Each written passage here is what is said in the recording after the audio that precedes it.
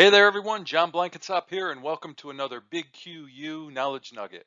In this Knowledge Nugget edition, we're going to discuss another Big Q quality management fundamental principle called improvement. I hope you find this Knowledge Nugget insightful and informative. First, let's take a look at the definition and core principles for improvement. The base definition for improvement is part of Big Q quality management focused on increasing the organization's ability to fulfill requirements. If you recall from a previous knowledge nugget, quality improvement was one of three Big Q quality management universal processes, along with quality planning and quality control. Improvement is considered an essential part of Big Q quality management. It helps an organization react to changes in its internal and external issues.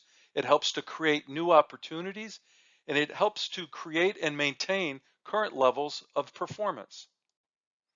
So you may recall that this thing I call the universal processes, quality planning, quality control, and quality improvement, came from the works of Dr. Duran in what he called the Duran trilogy. So for Dr. Duran, improvement had these components to it. First, you needed to prove the need for improvement, identify specific projects for improvement, organize and guide projects, organize for discovery of cause, provide remedies, prove remedies are effective under current conditions, and provide for controls to hold gains. Deming also had something to say about improvement in one of his greatest works called The System of Profound Knowledge. One of the components in the System of Profound Knowledge is the theory of knowledge, and it states that improvement depends on continuous study of the organization and its processes, and improvement is learning and developing new knowledge about a process, and that this learning and developing new knowledge has these steps to them. First, we need to form a theory. We form a theory by asking a question. We ask why. All of you are familiar with the 5 why analysis that we use in root cause evaluation. Well, this is where it comes from. These asking the question why helps to form a theory. We conduct background research to try to answer each of the whys, and then we eventually construct a working theory about the cause or causes of the quality issue that we're investigating. We then make predictions about how we can prevent recurrence of the quality issue by eliminating these causes. We put together an action plan and we implement that action plan to test this theory out. We then check the results of the action plan, and through these results, we either reject the theory, and if we do, we have to start all over again, or if we accept the theory, this theory now becomes knowledge and improvement, and is something that we can share throughout the organization. The theory of knowledge goes on to say that this cycle provides knowledge that can be applied for continuous improvement. Thus, a continuous improvement process is established through the execution of this theory of knowledge cycle. It also goes on to warn us that information without application of the theory to knowledge cycle does not create learning or knowledge and does not improve the process. We would not be able to really truly become managers of systemic causes of results. We would just be managers of results. And so for the culture that is just managers of results, they don't use the theory of knowledge cycle. They use another methodology. And that methodology is called poke and hope. So what they do is they poke at a problem, they come up with what they think will fix the problem, and they hope that the implementation of those fixes will prevent recurrence. And I hope we all know that hope is not a strategy in improvement.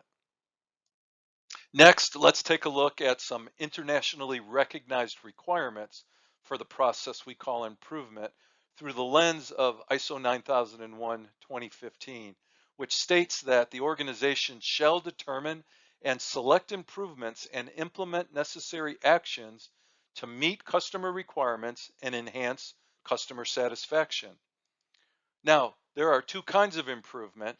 There is nonconformities and corrective actions, And the first thing that occurs in that type of improvement is that we must react to the nonconformity, control and correct and deal with the consequences. We also must evaluate the need for action to eliminate the causes in order that it does not recur or occur elsewhere in the organization. We then must implement any necessary actions, review effectiveness of these actions that are taken, update risks and opportunities determined during the planning process of the quality management system, and then make any necessary changes to the QMS in regards to these corrective actions. Now, the other type of improvement is called continual improvement. And there's two kinds of continual improvement. There's incremental and there's breakthrough. Continually improve the suitability, adequacy, and effectiveness of the quality management system is the main goal of continual improvement. And keep in mind the difference between continual and continuous. Continual is occurring on a regular basis, and continuous is continuing without interruption. Let's highlight some benefits of a strong improvement process in Big Q quality management. First, we create and sustain process performance improvement. We increase levels of customer satisfaction. We create additional organizational capability. We create effective root cause analyses that leads to preventive and corrective actions. We can anticipate and react to internal and external risks and opportunities through the improvement process. We can achieve incremental and breakthrough improvements to support the organization's strategic direction and quality policy.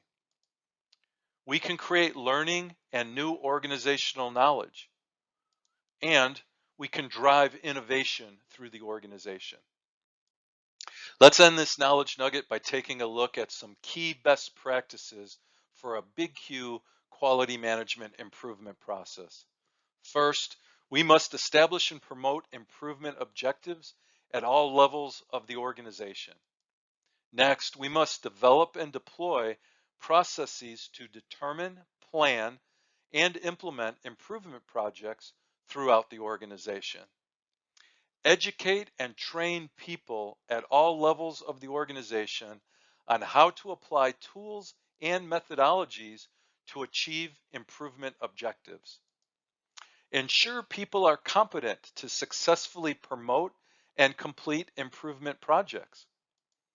Track, review, and audit the planning, implementation, completion, and results of improvement projects. Integrate learning from improvements into development of new or modified products and services, and recognize and acknowledge improvements. Well, that's going to be a wrap for this Big QU Knowledge Nugget.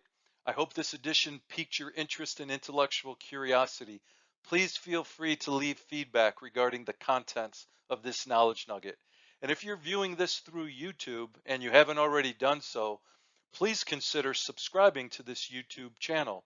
Or if you're viewing this through LinkedIn and you haven't already done so, please consider following me and subscribing to this LinkedIn newsletter. I hope you'll plan to join me for the next Big QU Knowledge Nugget that's going to explore another Big Q quality management fundamental principle we call fact-based decision making. But until then, remember, every day is a great day to make things better. See you next time.